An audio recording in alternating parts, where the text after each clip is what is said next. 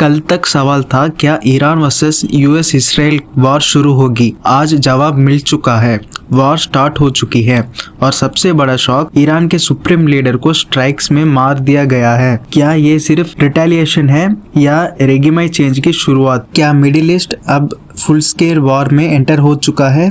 और क्या world war 3 का पहला चैप्टर लिखा जा रहा है? आज हम सब कुछ डिटेल में समझेंगे। नमस्कार दोस्तों, स्वागत है आपका इंडिया टॉक्स डेली पर। कल हमने डिस्कस किया था वॉर होगी या नहीं, लेकिन आज सिचुएशन कम्प्लीटली बदल चुकी है। इस वीडियो को एंड तक देखिए, क्योंकि लास्ट पार्ट में मैं बताऊंगा इंडिया पर इसका डायरेक्ट इम्पैक्ट क्या हो सकता है। 28 फरवरी की रात यूएस और इसराइल ने ईरान के मल्टीपल हाई वैल्यू टारगेट्स पर कोऑर्डिनेट स्ट्राइक्स किए। Targets include military bases, missile facilities, nuclear infrastructure और लीडरशिप लोकेशंस। ये नॉर्मल वार्निंग स्ट्राइक नहीं थी, ये लार्ज स्केल मिलिट्री ऑपरेशन था। इसके तुरंत बाद ईरान ने रिटेलिएशन स्टार्ट की।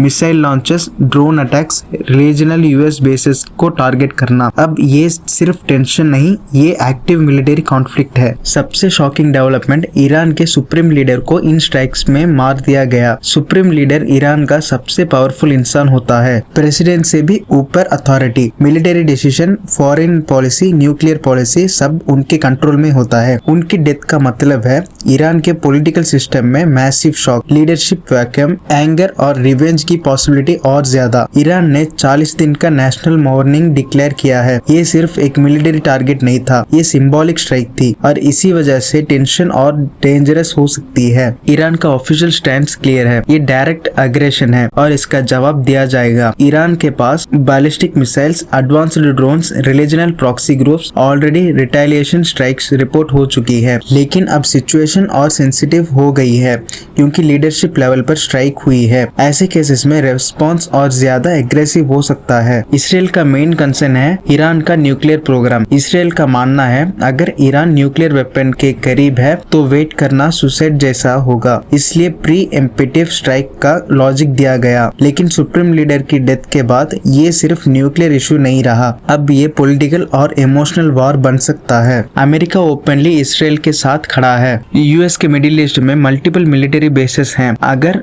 ईरान स्ट्रांग होता है तो यूएस इन्फ्लुएंस कम हो सकता है। दूसरा फैक्टर, ऑयल सिक्योरिटी। अगर स्ट्रेट ऑफ हॉर्मुज ब्लॉक होता है तो ग्लोबल ऑयल क्राइसिस आ सकता है, इसीलिए यूएस ने एक्टिव पार्टिसिपेशन चूज किया। सबसे कंट्रोवर्शियल सवाल, क्या ऑब्जेक्टिव सिर्फ न्यूक्लियर फैसिलिटी डिस्ट्रॉय करना था या ईरान के पॉलिटिकल सिस्टम को डिस्टेबलाइज करना? अगर लीडरशिप वैक्यूम लॉन्ग टाइम तक रहा तो इंटरनल इंस्टेबिलिटी बढ़ सकती है। लेकिन हिस्ट्री बताती है ईरान जैसे सिस्टम्स एक्सटर्नल प्रेशर में और यूनाइट हो जाते हैं। अब ग्लोबल सिनेरियो देखिए, US involved, Israel involved, Iran involved. Russia ने वार्निंग स्टेटमेंट्स दिए हैं। चाइना सिचुएशन ऑब्जर्व कर रहा है। अगर major powers direct military support देने लगे तब एक्सक्लेशन ग्लोबल बन सकता है। फिलहाल ये रीजनल हाई इंटेंसिटी वॉर है, लेकिन रिस्क इग्नोर नहीं किया जा सकता। वॉर का immediate impact, oil market. Oil prices spike हो सकते हैं, शिपिंग रूट्स डिस्टर्ब हो सकते हैं। अगर कॉन्फ्लिक्ट प्रोलॉन्ग्ड होता है, पेट्रोल महंगा, डीजल महंगा, फूड इन्फ्लेशन हाई,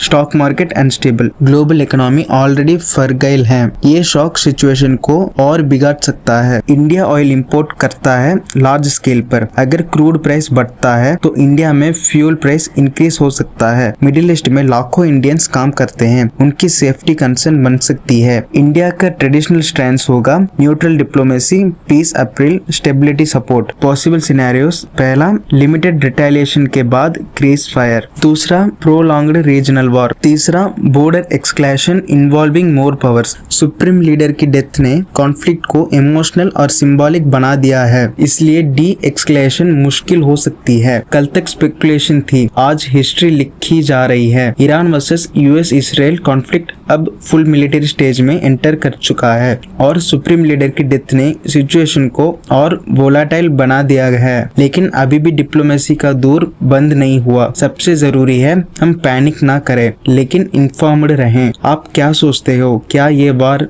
लिमिटेड रहेगी या सिचुएशन और बिगड़ने वाली है? कमेंट में अपनी ओपिनियन जरूर लिखो। ऐसे ही ग्लोबल ब्रेकिंग अपडेट्स के लिए चैनल को सब्सक्राइब करना मत भूलना। मिलते हैं नेक्स्ट अपडेट में।